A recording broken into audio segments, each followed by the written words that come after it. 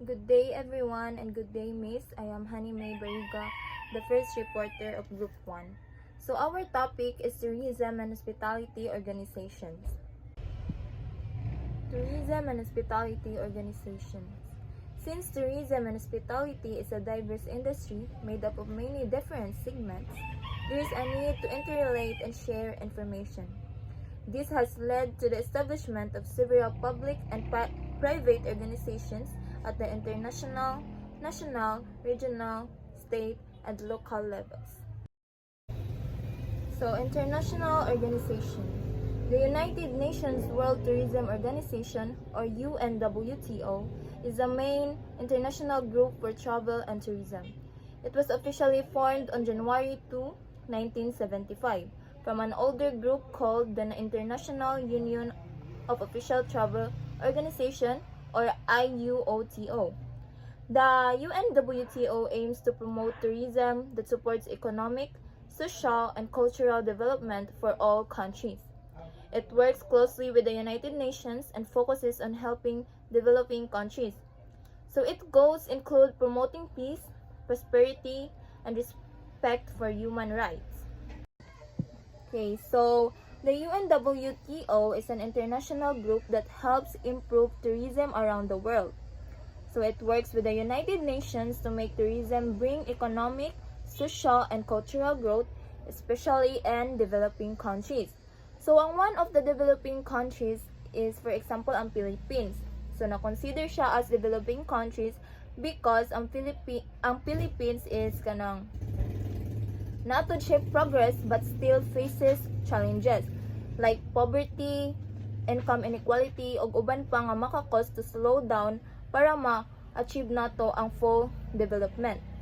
And UNWTO, they also promote the Philippines as a top travel destination at global events and networks. So, ang iyang impact ani sa Philippines is mo increase ang atong international tourist arrivals, attracted foreign investments in tourism, boosted the country's global image.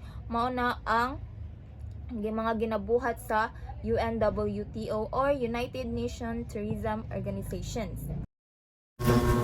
So to accomplish this, the UNWTO should monitor and identify trends in world tourism, studies travel demands, marketing trends, tourism motivation, and alternative approaches to marketing, surveys the environmental effects of travel growth and makes recommendations for the protection of natural and cultural resources, provides services for developing and organizing tourism for countries, serves as a clearinghouse for tourist information, informs members about tourism and hospitality development, conducts vocational training programs, works for the elimination or reduction of governmental measures for international travel and the standardization of requirements.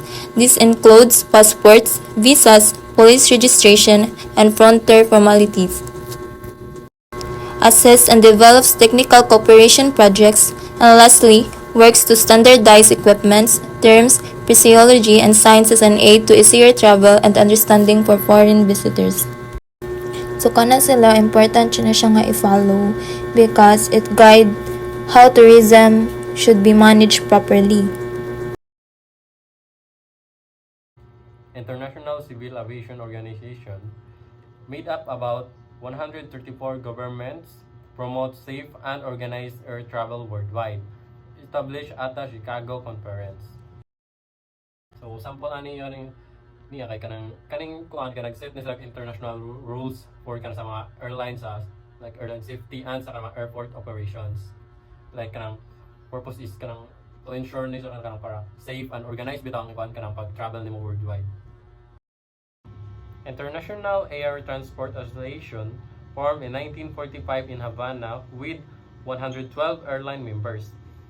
Aims to ensure safe, regular, and affordable air transport. Works on ticket and bargain standardization and other travel documents. Example ani kanang nag-make sure bitaw sila kanang ang all like kanang mga travelers is or kanang mga airlines kay ni follow siya sa same ticket bargain rules. Kanang ang purpose is to kuan bitaw kanang to keep air transport safe, then regular and affordable. Di siya pricey. World Travel and Tourism Council. Global organization of top industry leaders, CEOs, airlines, and hotel heads present a private sector in tourism focused on a freedom to travel, policies for growth, and tourism for the future. Example is kanang works with hotel, kanang airline CEOs, then create job through tourism. So kanang siya nag-promote sa kanang travel freedom and plan to sustainable tourism growth. Regional organization. Some countries and regions feel that it is important to band together to strengthen their respective tourism programs. These regional organizations have become excellent source of information.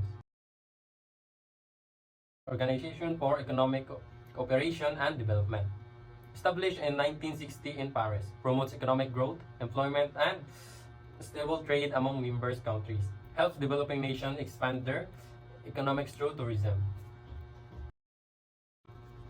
So, nag-support countries nila using tourism to boost their economy. So, kanang nag-promote nila economic growth, trade, and development through tourism. Pacific Asia Travel Association, or PATA.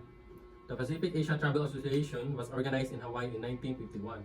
It is composed more than 1,000 organizations, include governments, air and steamship lines, wholesale and retail travel. So kaniding Pacific Asia Travel Association, so kani siya nga organization connects ni siya sa 1,000 tourism related groups sa kanang Asia Pacific region.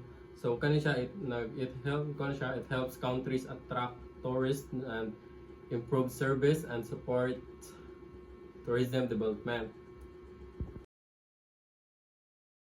Caribbean Tourism Association, or CTA. The Caribbean Tourism Association was founded in 1951 to encourage and assist in the development of tourism throughout the Caribbean area. Asia Pacific Economic Cooperation, or APEC, aims to coordinate national economics in the Asia Pacific region, promotes growth, trade, and technology for open fair trade among countries. So kaning Organization of American States na works na siya to build stronger relationship among American countries and provides kanang training programs, support economic growth, and tourism development across the region. Roles of national organizations in tourism. These roles guide how governments develop and promote tourism in line with national goals. So, what do national tourism organizations do? These organizations helps the government plan and grow tourism in a country to meet national goals. So, ang kanido na organization, sila ang nag-help sa government plan and sila sad ang nagpag-grow sa tourism diri sa ato ang country. And they make sure tourism creates jobs, attracts visitors, and helps the economy. Main jobs of these organizations. Planning attracts foreign investment and funds infrastructure development. They plan how to build roads, hotels, and other facilities so tourists want to visit and invest money. So, planning, from the word planning. So, kuan jud siya ang planning jud kay very important jud siya sa organization kay kung wala tay plan maglaos-laos ra ta dili jud mas successful ato ang gibuhat or buhaton. So sila ang nagplan sa mga unsaon pagbuhat og mga roads, hotels, and sa mga other facilities.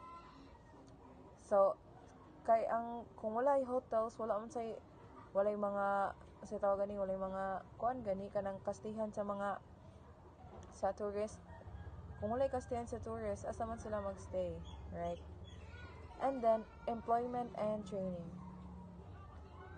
Determines manpower needs, develops tourism training programs. They figure out how many people are needed for tourism jobs and create training programs to teach those skills. Employment. So, employment. Ang usa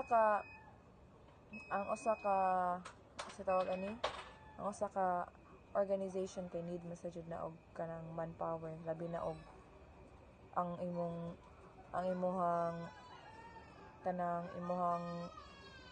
imong organization kay daghan og buhaton nya kalitan gamay ra kaayo mo nya need mo manpower, so need sa mo mag-hire og mga workers para mapadali ang inyong trabaho. And then sa training, panalitan, ang training kay very important sa jud siya kay panalitan wala kay training, palitan kuan ka kasi tawagan ni kanang tour guide ka nya wala ka gi-train ana na lugar, wala ka gi-briefing, unsa man imong istorya, di ba? So mo na ang need jud kay ang training sa usa ka trabaho.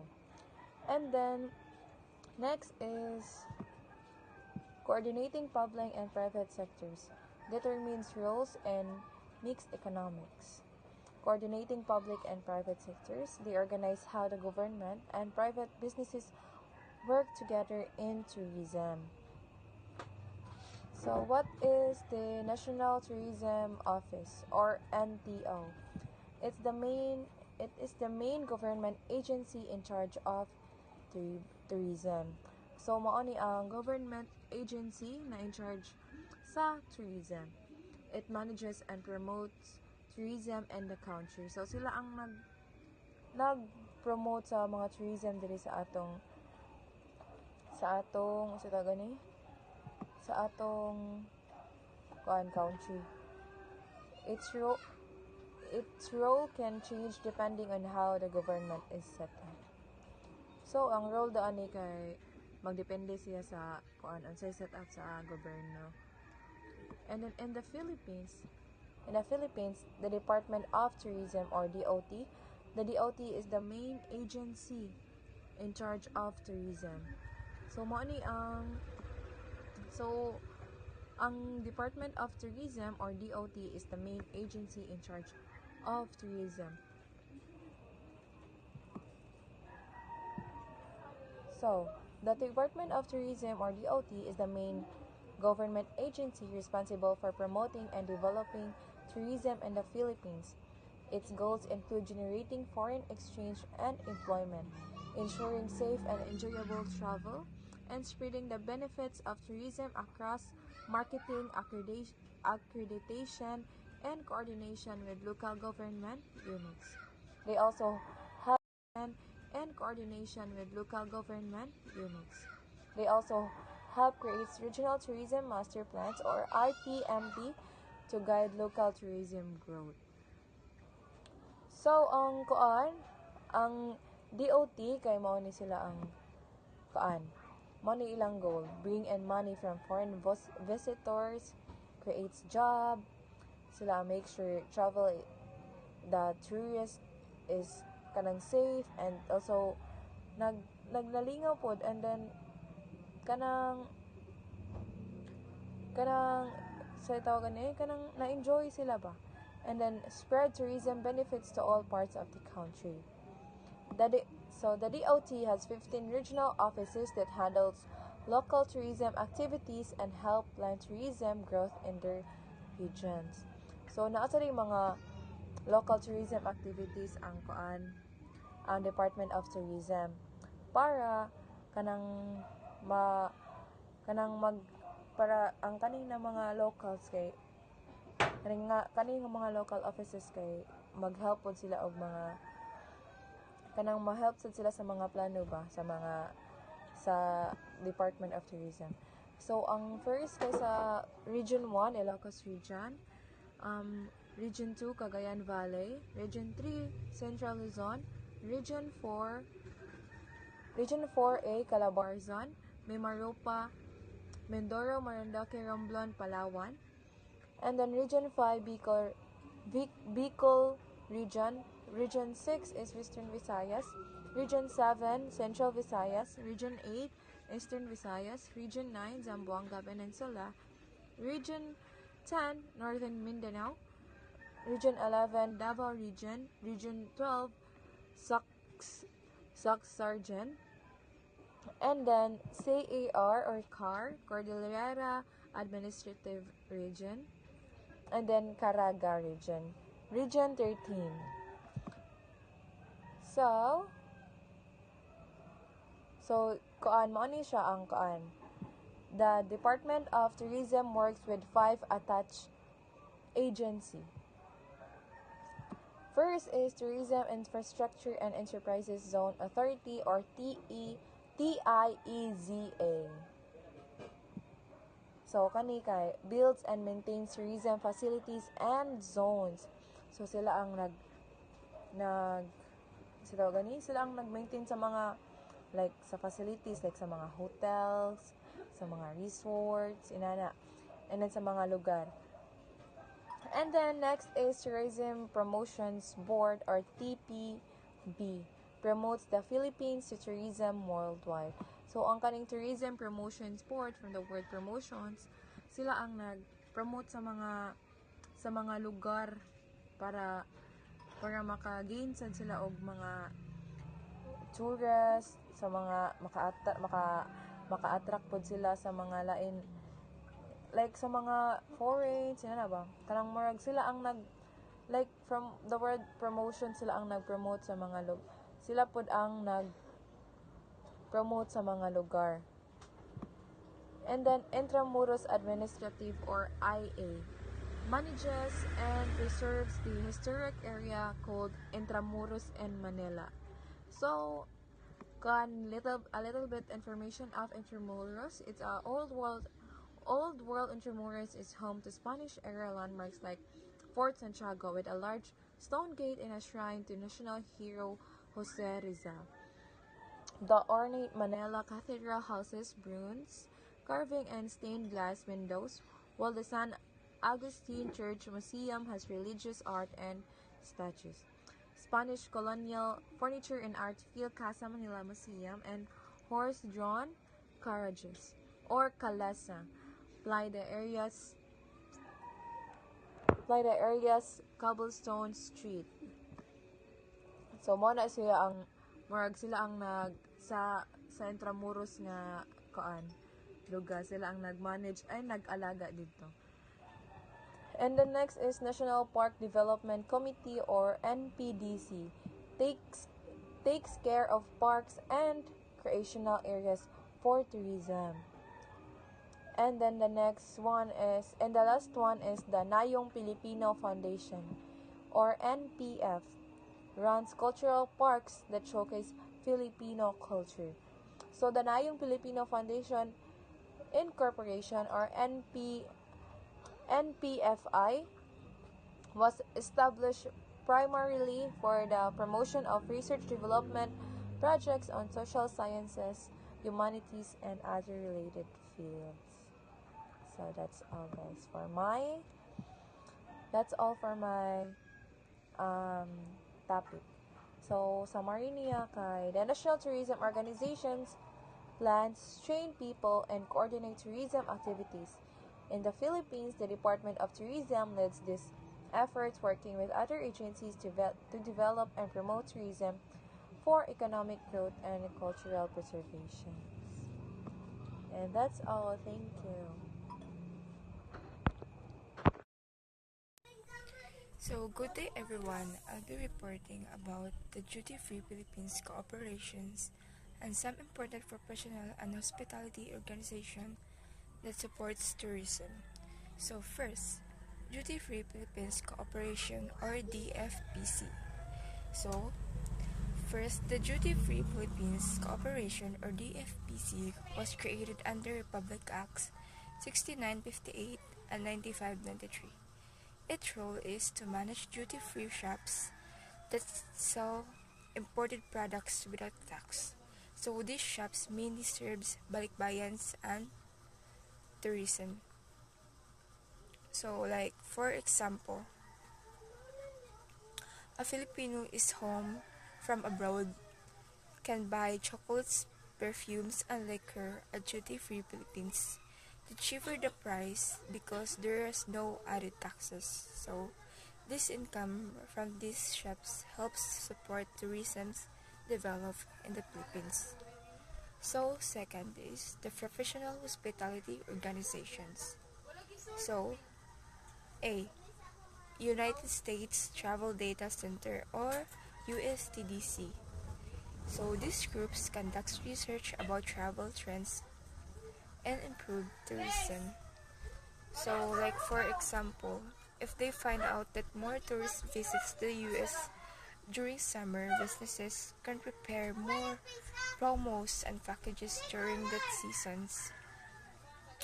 So like kanang kuan bitaw kanang like kanang mga tourists dito sa US like mupak sila og kanang mga maligpayan bags to here in the Philippines. They can prepare more promos like kanang mga chocolates kanang like sa ilang business para mapud mo improve ang ilang business nga mopalit ang mga tao kay kuan man sila na sila mga promos nga gidugang sa ilang products.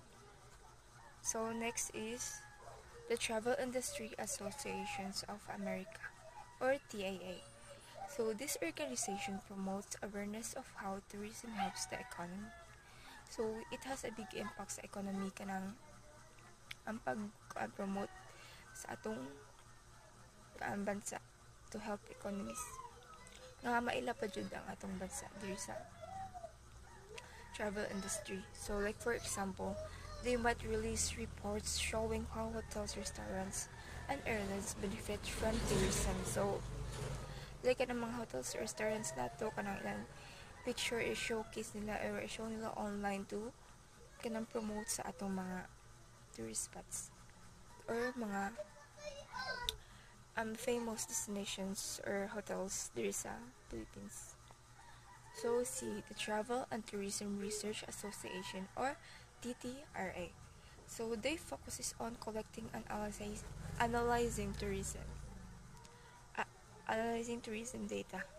Like for example, in the Philippines, they can study how a festival like Sinulog in Cebu increases hotel bookings and then recommend improvements like kanang makabantay mo kanang kuan mga turista bitaw dira sa Sinulog dagan man gina so dapat kuan handa gina ang mga hotels like kanang mga booking so ila gina i-prepare una kanang magsugod ang kanang Sinulog kanang like kanang for example kanang magdugay ben ang Sinulog one day niya dapat gina kanang kuan mag-booking sa mga hotel to kanang kastayhan nila. So next is the World Travel and Tourism Council or WTTC. So they work to improve tourism role in the global economy. Like for example, they partner with countries to show how tourism adds to GDP and creates jobs. So kanang kuan WTTC kay mo sila ang kanang mga countries nga makipag-partner so ubang sa ubang countries to kuan to create more jobs kanang to improve sa mga tourists pud nadto sa kanang economy nila. So next is the American Society of Travel Agents or ASTA. So this is the largest association of travel agents and it promotes ethical practices. Like for example, they train agents to give safe, reliable, and scam-free travel packages. So like kanang kuan bitaw mga BIP like BTS or Twice. Kuan gina sila kanang dapat kanang hiring gina sila og mga kanang private agents to kanang protect them like kanang mangharm nila like kanang mga ilang mga fans so dapat kuan magina kanang i-protect mo gina sila okay mga VIPs. So next is the World Association for Professional Training and Tourism or AMFORT.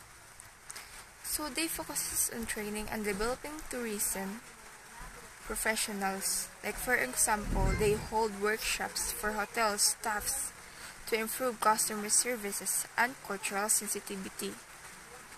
So which means kay kanang mga bitang mga staffs dira sa hotels kay i-training pagud na sila para kanang like to know sa mga kanang mga kanang mga kuan bitaw kanang kitay cultural sensitivity no kanang sinulog or kuan kanang wala pa sila kabaw nga unsa na tag mabaguhan bitaw sila, so dapat i-train yun ang mga staff og unsa na sila para kanang hibaw pud sila ug ma-share nila sa mga turista nga wala pa nakahibaw. So next is the Association of Travel Marketing Executives or ATMA. So this connects marketers in tourism to share strategies. Like for example, they organize conference where resorts and airlines learn new marketing ideas, like using TikToks or social media to attract travelers. So kanang mo-call sila og mga conference abot sa airlines o sa mga resorts para bitaw kanang ilang imuon o kanang mga marketing ideas, like kanang i-post sila sa TikTok or sa any social media platforms para ma-attract ang mga travelers.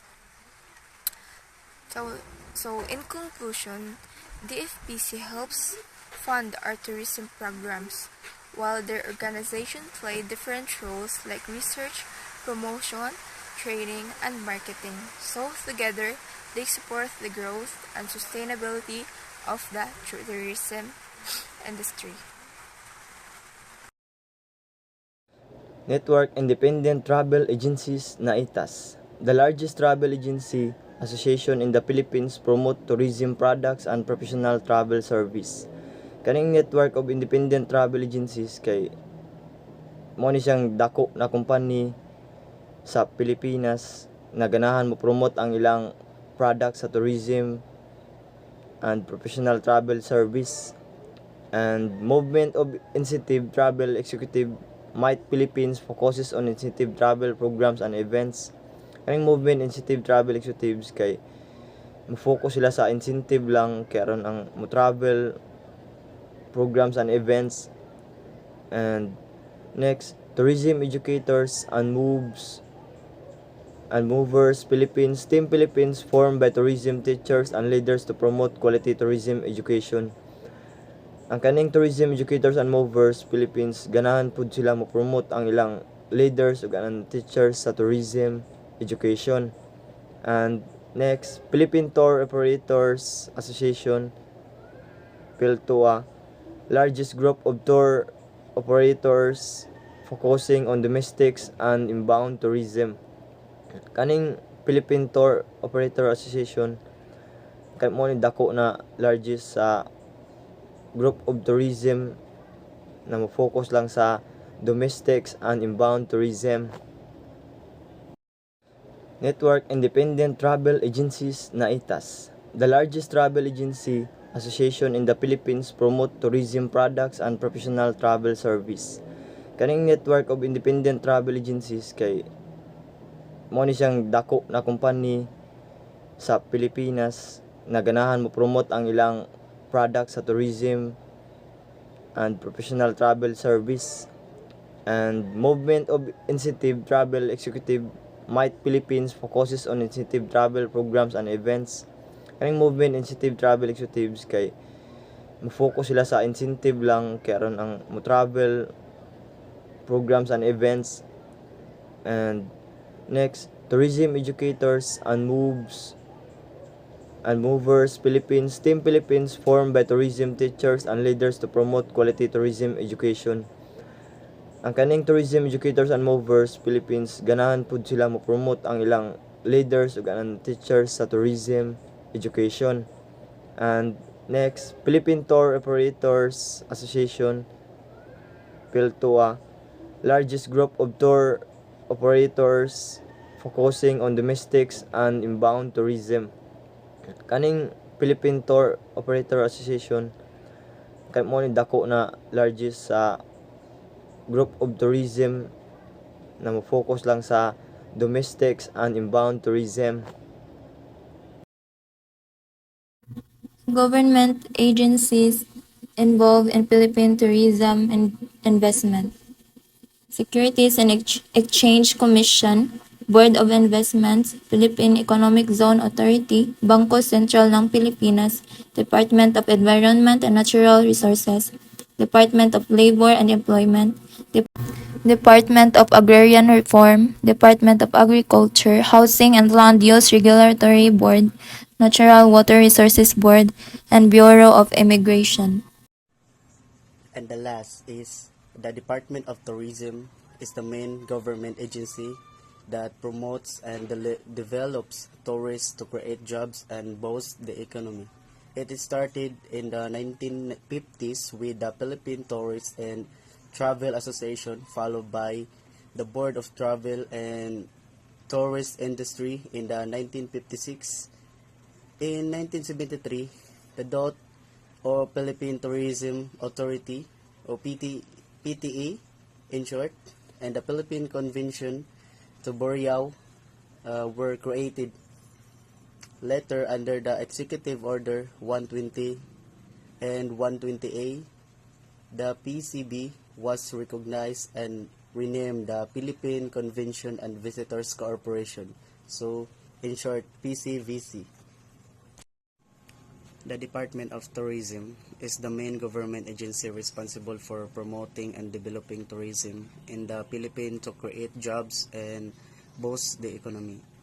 Historical development, 1950s, the tourist effort start with the Philippine Tourist and Travel Association.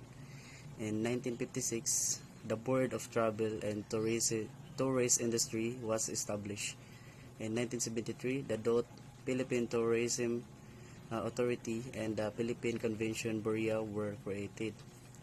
The PCB was recognized and renamed the Philippine Convention and Visitor Corporation, or in short, PCVC, under Executive Order 120 and 120A. Example, economy. Boracay and Palawan promotions increase hotel and businesses revenues. And the second one is jobs. Davao Ecotourism creates job for locals. And the third is promotion. It's more fun in the Philippines. Attraction tourist. So the third kay infrastructure. Bohol Road and airport improvements enhance accessibility. And the fifth is culture. Intramuros prevention and support tradition and the tourist.